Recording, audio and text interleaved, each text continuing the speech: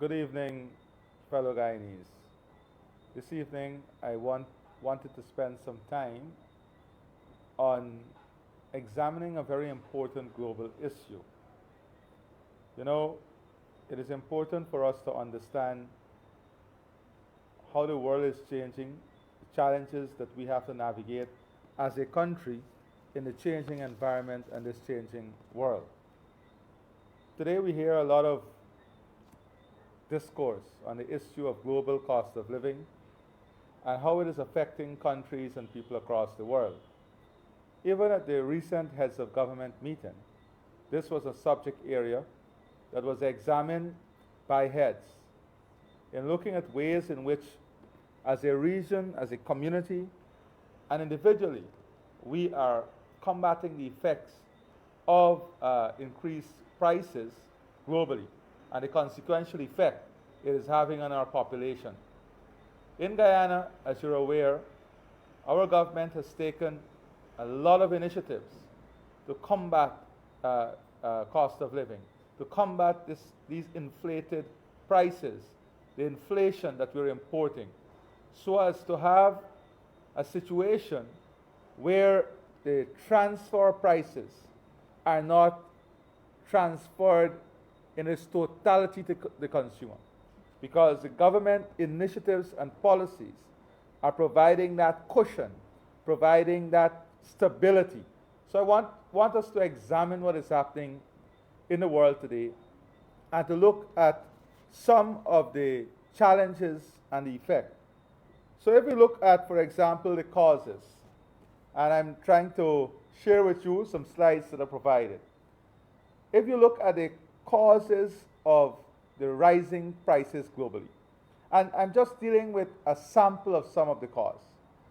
You have to remember that in 2020, the world went 2019, 2020, 2021, up to 2022. The world went into immense difficulty as a result of the COVID-19 pandemic. You will recall that workers were unable to go to the farms, factories. As a result, we were unable to produce food. Productivity fell, leading to shortages in food supply, shortages in pharmaceutical, shortages in transportation, issues with logistics and transport. The closure of borders during the pandemic also made it harder to access imported food items, causing prices of these items to spike. So we had issues where, from the production side, there was limited production because farmers were not going to the farm, factories were not open, agro-processing plants were not open. And then from the raw material side, the supply was also limited.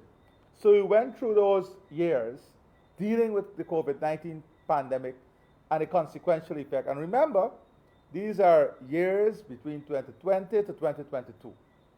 Outside of that, what we saw stimulus packages, interest rate cut, and this is what our government did in response. As soon as we came in, not only did we have to find billions of dollars to build a COVID-19 facility, to have the vaccines available, but we also had to create stimulus packages, cut interest rate, direct financial support to individuals, businesses, and families.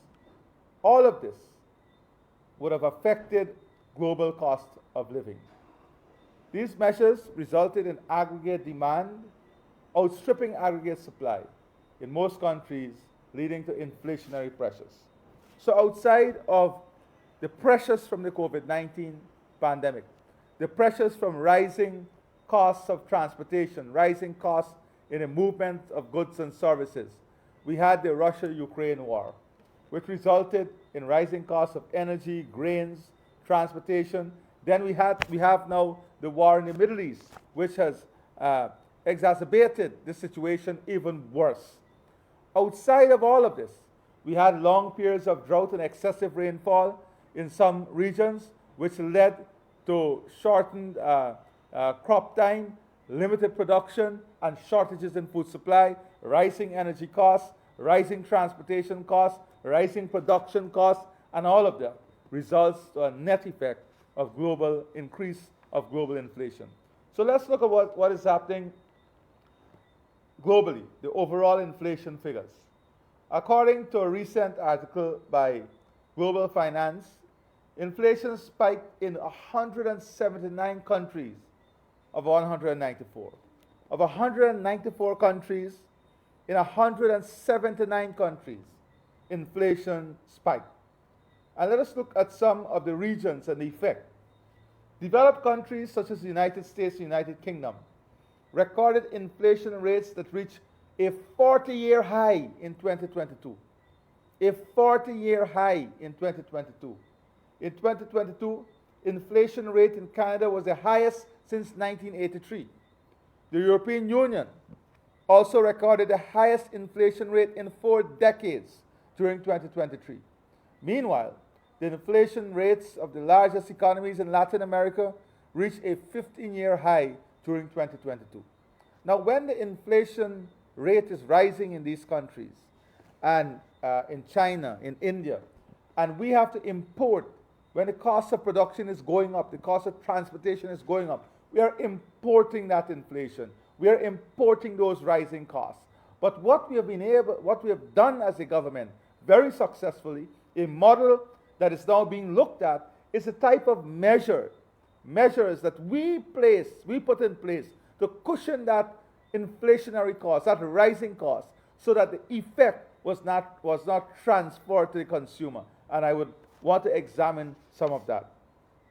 If you look at the consequential effect of these rising costs and inflation, international food prices rose sharply in 2021 and 2022 due to the rapid increase in the price indices for meat, dairy products, cereal, vegetable oils, and sugar. As a result of the increasing cost of energy, increasing cost of transportation, increase in raw material costs, we saw a rapid rise in food supply. Global fuel prices also accelerated since 2021 and remain above the pre-pandemic level.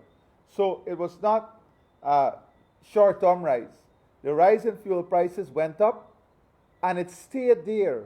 It stayed there and continued to increase in comparison to the pre-pandemic prices. In the EU, for example, the European Union, food price inflation increased from the last quarter of 2021 to reach 3.5% in January 2022 and 7.5% in May 2022, the highest since the beginning of the monetary union. Retail electricity prices for household consumers in these capital cities in EU increased by as much as 44%, higher than the corresponding period in 2021. High inflation in our region was driven by demand-side pressures stemming from expansionary pressures, supply chain disruption, and currency depreciation. In the Latin American Caribbean region, food and energy were the main contributors to inflation. In Latin American and Caribbean countries, food price inflation grew steadily from January 2022 to reach 81.6% by September 2023. Food price inflation in the United States surged to reach 10.9% in July 2022, the highest since the 1980s. So this is the global environment in which we are operating, in which we are a part of. And when you look at our figures, when you look at the inflation rate for Guyana compared to all of these regions, it is just remarkable the way we have been able to manage our economy, the way we have been able to cushion this cost, and the way in which we implemented measures that targeted directly and indirectly, first, the increase in production, two, to disallow the transfer of the inflated prices to the consumer, and fourthly, to ensure that the most vulnerable in our society were protected. So if you look at inflation here in Guyana, and you look at the food inflation, you would see that, for example, in 2023, our food inflation is 3.8%. You look at Jamaica, 8.7%. And as I said, in the LAC region, it went up to 81.67%.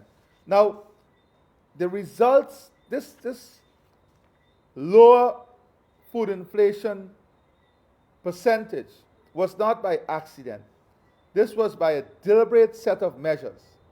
A deliberate set of measures implemented by the government of Guyana to boost production, the support to the poultry sector, the support to farmers, fertilizer, etc., the expansion of production, the investment in infrastructure to increase production, the building out of a robust agriculture program that support people at the community level, the family level, expanded production, reduced cost of production, increased yield, and all of this is as a result of government investment. So we were able to avoid this. To understand the consequence of this food inflation, if you look at a poll by the World Economic Forum in May 2022, it found that 1 in 4 people, and this is what it found, 1 in 4 people were struggling financially in 11 developed countries. In the UK, as many as 1 in 7 adults now say they can't afford to eat every day, an increase of 57%. 57%. The Open Society Foundation found that 49% of the respondents surveyed in 22 countries listed cost of living as one of the top 3 challenges facing their family and community. 33% of the respondents in Western Europe appear to share a similar view. I'm sharing this information to show you and to demonstrate to you that the responsibility of the government and the policy-making matrix of the government has really secured our population, has really created a buffer that disallowed the entire transfer of these food inflation, to the pockets of our people and to our families. As a result of that, in 2023, when you look at food inflation in Guyana, it was about 3.8%. Now let us move on to look at some of the consequences. According to the UNDP, soaring food and energy prices have resulted in 71 million people in developing countries falling into poverty. 71 million people in developing countries falling into poverty. 1 in 4 people were struggling financially in 11 developed countries, as I said. 1 in 7 adults now say they cannot afford to eat every day. This is in the UK, as I said earlier. The spike in interest rate also placed a significant burden on the family budget of citizens who occupy their own dwelling financed with mortgages. So this is another issue. As a result of the global pressures, interest rate is going up. So persons now have to find more money to service their mortgage. This is globally. Here in Guyana, because of the deliberate policies and measures of the government, we are giving back. The mortgage interest relief has given back to persons with mortgages, home mortgages, almost $2.8 billion. We have reduced interest rate for low-income housing to as low as 3.5%. What this has allowed us to do is to achieve the lowest default rate. Our non-performing loans are at its lowest in the history. Again, these are because of the targeted policies of the government that cushion the effect of the global crisis on our people here. Unprecedented inflation pressure, coupled with sluggish economic growth, increased debt distress and fiscal constraint, food insecurity and inequality worsened. This is globally.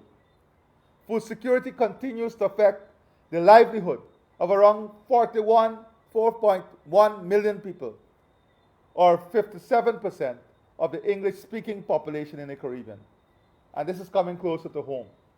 If you look at what the impact or the consequence of food security is, 4.1 million people in the English-speaking Caribbean, or 57% of the English-speaking population, English-speaking Caribbean population, is affected as a result of food insecurity.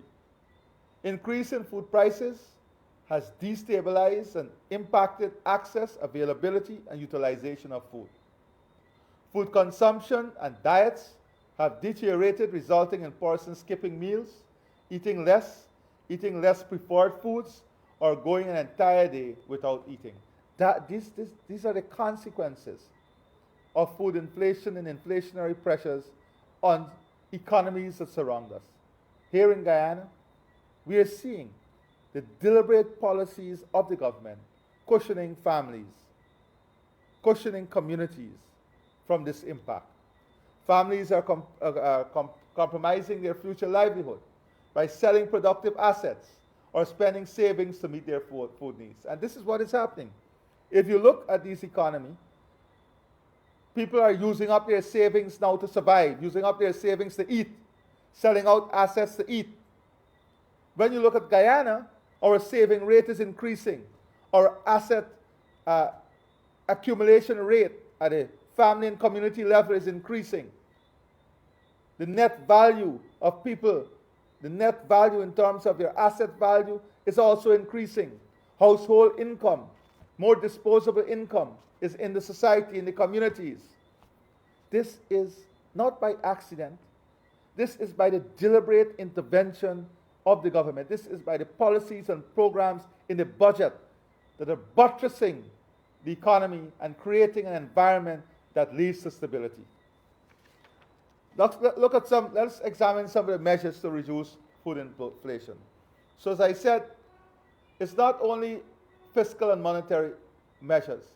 It is how we address productivity, how we address production, how we address the increase in production, getting our productive asset to work.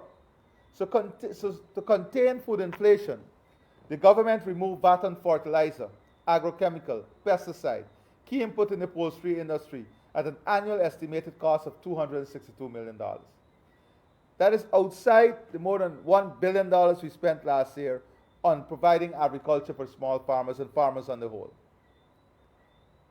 This is a direct intervention to boost production, expand production, so that the supply side would not be affected, so that the supply side will be invested in. And I'm not talking about it, hundreds of billions of dollars we're spending on D&I, improving infrastructure and access to farmlands. I'm not talking about the support to our fisher folk. All of that, when you add all of that, it contributed to the stabilization of the market, the stabilization of prices. In our 2021 budget, the government restored the zero-rated status on all food items and other basic household necessities, such as wheat and flour, basic breads, oat, unflavored cracker biscuit, cooking oil, etc. Now, before this, the last government, what did the last government did? They did the reverse of this. They were about increased taxes, extracting from the productive sector, adding to the burden of people. Just imagine if you were operating in that environment. What would have been the situation today? So, what are some of the additional measures we put in place to boost production? VAT on machinery. Remove VAT on machinery and equipment used by farmers in the agricultural sector. This is to advance mechanization, increase productivity, and reduce cost of production. We establish a broiler breeder facility so that we can have more, instead of having the full effect of imported inflation on hatching eggs.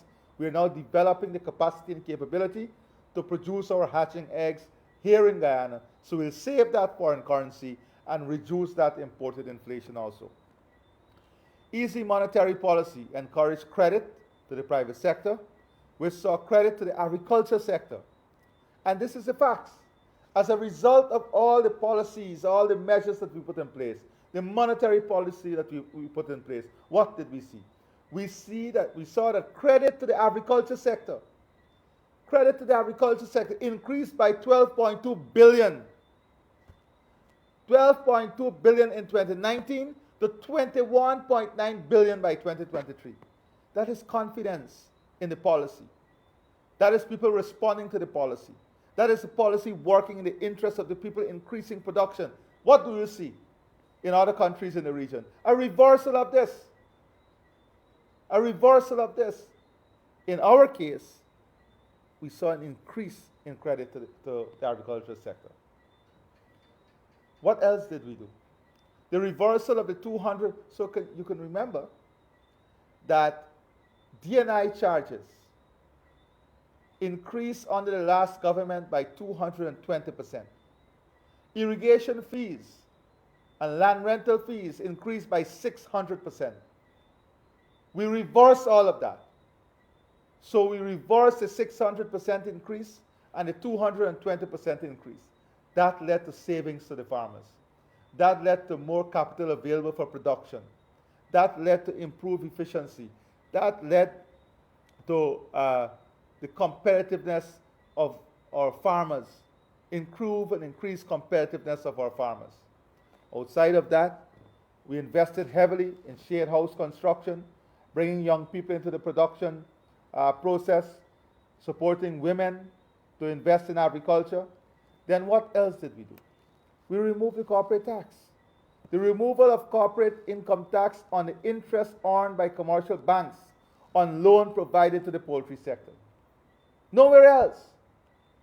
In order to mitigate against the increased cost of eggs coming in, the increased cost of feed, which are the important input for chicken costs, what did we do? To help our poultry farmers, we removed the interest on the profit on loans to the poultry sector. So the interest earned by commercial banks on loans provided by the poultry sector are free from corporate tax. That's a direct incentive to improve lending to the poultry sector, reduce cost of lending to the poultry sector, and improve production and productive capacity. D&I charges. There again, we've invested, as I said, hundreds of billions of dollars in D&I charges. So what all of these measures, let us look at what it has led to. The impact of these measures that we implemented. Grain production. Production of rice grain increased to 653,706 tons. 653,706 tons. That is the current production. It increased from 558,000 tons in 2021. Crop production. We see crop production increase from 735,000 metric tons in 2021 to 891,000 metric tons by 2023. Poultry meat production. We saw poultry meat production increase by 46% from 42,740 tons in 2020 to 62,536 tons by 2023. Fishery output. Output from the fishery sector also increased by 61% from 19,993 tons in 2020 to 32,234 tons by 2023. These are the net effect, the impact of the policies that we have brought in place, the impact of the investments that we are making. Shrimp production. Shrimp output increased by 22% from 13,543 tons in 2020 to 16,583 tons in 2023. And this is prawn production. When you look at this, just imagine if you are not able to increase our production, what would have been the situation today? This has allowed us to have more supply in the system, which would have helped to contain prices. One of the important issues that we had to deal with was the issue of rising fuel costs. And if you look at the measures that zeroing, when we zero the duty and the taxes on fuel, this measure cost us more than $70 billion. That is $70 billion that would have been transferred directly to the consumer. That is more than $70 billion that would have been extracted from the pockets of the consumer. If this measure was not implemented, consumers and business would have been burdened with higher fuel prices equivalent to the loss in revenue of more than $70 billion. Our productive sector would have been affected. Production would have been affected. Supply would have been affected. And all of this would have drove up prices. But we adjusted the excise tax on gasoline and diesel to zero. From the pandemic to now, it still remains zero. Look at freight costs. Freight costs was another big issue for us. Measures to address freight costs. That was another big issue that we had to address. So what did we do? In November 2020, 3 months after assuming office, there was a 75% increase in freight costs for 40-foot containers. To minimize the impact on imported items, especially food products, the government rolled back freight costs to the pre-pandemic level with effect from August 1st, 2021. What has this resulted in? This initiative has resulted in a cost of $16.8 billion up to December last year. And when you add this year figure, it is $22.8 billion. $22.8 billion that would have been transferred to the consumer, we absorbed because of this measure. We gave up $22.8 billion to protect prices, to safeguard prices. Point to one other jurisdiction that would have done this. If this measure was not implemented, that $22.8 billion would have had to be absorbed by the consumers, by families, by communities. Can you imagine the impact that would have had? Let us look at some other measures. To support the expansion of building, what did we do? We went and we negotiated lower interest rate on mortgage for homeowners. We waiver taxes on building material, waiver taxes on profit accrued out of interest for the banking sector so that they can continue to lower interest rate. We remove VAT on electricity and water and medical supply. That saves citizens almost $3 billion annually. This measure alone saves citizens almost $3 billion annually.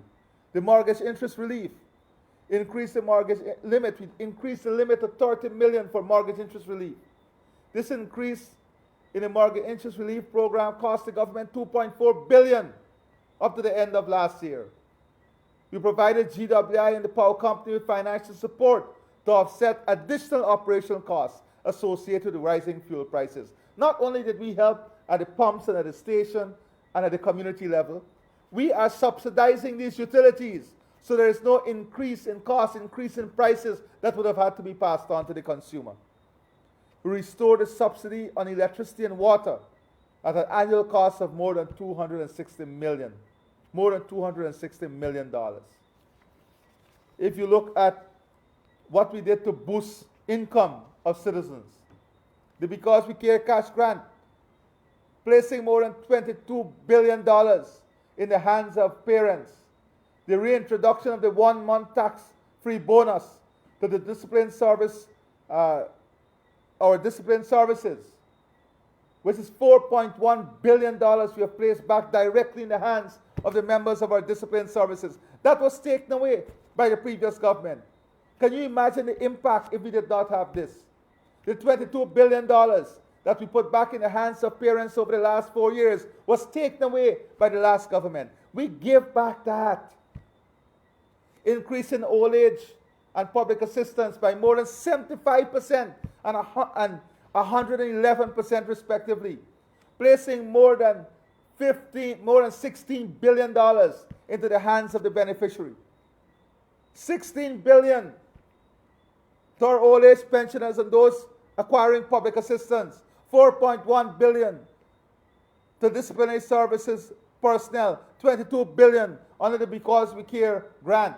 The increasing the minimum pension and invalidity pension of the NIS, placing another $2.6 billion in the hands of the beneficiary. The payout of the one-off bonus to healthcare professional, the COVID-19 grant, and all the other grants that we support community use with. The employment of part-time workers across the country. Tens of billions of dollars put back directly in the pockets of people. The more than 2,500 CSOs that were fired, that we rehired. Not only the individual creation of wealth, but a community creation of wealth. These are the things that were removed by the last government. And we have consistently increased the wages and salaries of public assistants above the inflation rate that has seen the public sector wage bill increase by more than $90 billion. More than $90 billion. That is the whole effect, the net effect. So, and I need not to remind you, but let me remind you just of a few things. Because some of the revisionists that speak today would want you to forget that it's the AP and UAFC government that imposed VAT on electricity, water, medical supply, fertilizer, agrochemical, pesticide, key input for construction material, and other punitive taxes and license fees that took $110 billion annually from the pockets of households. The measures that they implemented just 5 years ago extracted every year $110 billion. That is almost $550 billion in 5 years that they would have been in office. That is the burden they place on the people, extracting that out of your pockets, out of your communities.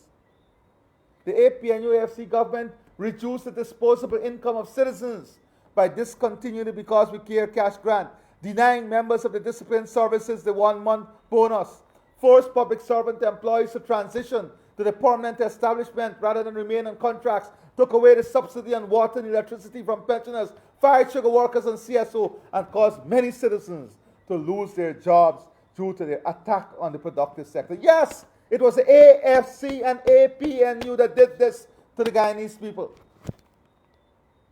Compare that to what our government has done in the last 4 years amid global crisis, global shock, to secure our population. And we will continue to do it because we want the best for all the citizens of this country. We want prosperity for every home. We want prosperity for every community. Under the APNU AFC government, instead of passing on the benefits of dramatic reduction in international prices for fuel during their tenure, what did they do? They withheld these gains. Oil prices was at its lowest. The reduction in the fuel prices, for instance, could have been passed on in the form of discount on their utility bill or other relief measures at the gas pumps. We have to be the judge. Look at what we went through for those 5 years. It is clear that our measures are working. It is clear that the measures that we're implementing has brought tremendous relief to the population.